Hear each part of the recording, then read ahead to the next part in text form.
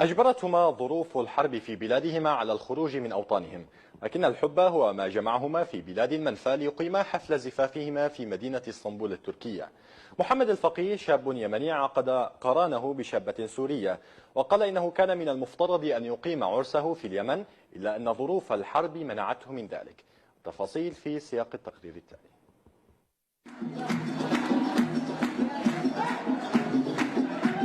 على إيقاع الطرب اليمني هنا في مدينة اسطنبول التركية، يزف اليمنيون الشاب محمد الفقيه إلى قفصه الذهبي للزواج بفتاة سورية.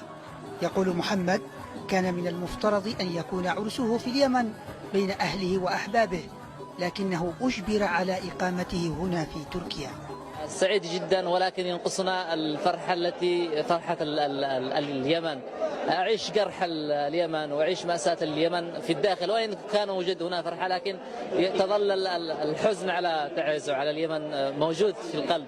أتمنى أن تكون في بلادي والأفراح في بلادي، ولكن اللي صار في بلادي هو الذي أجبرنا. جينا من الخليج إلى تركيا عشان نعمل عرس في هذا البلد. الشاب أيمن مصلح هو الآخر، تزوج قبل أيام بفتاة تركية رغم اختلاف الثقافة واللغة، إلا أن الحب كما يقول فتح له آفاقا جديدة وتعلم اللغة، وأصبحت الأسرة التركية أسرته وصار جزءا منها.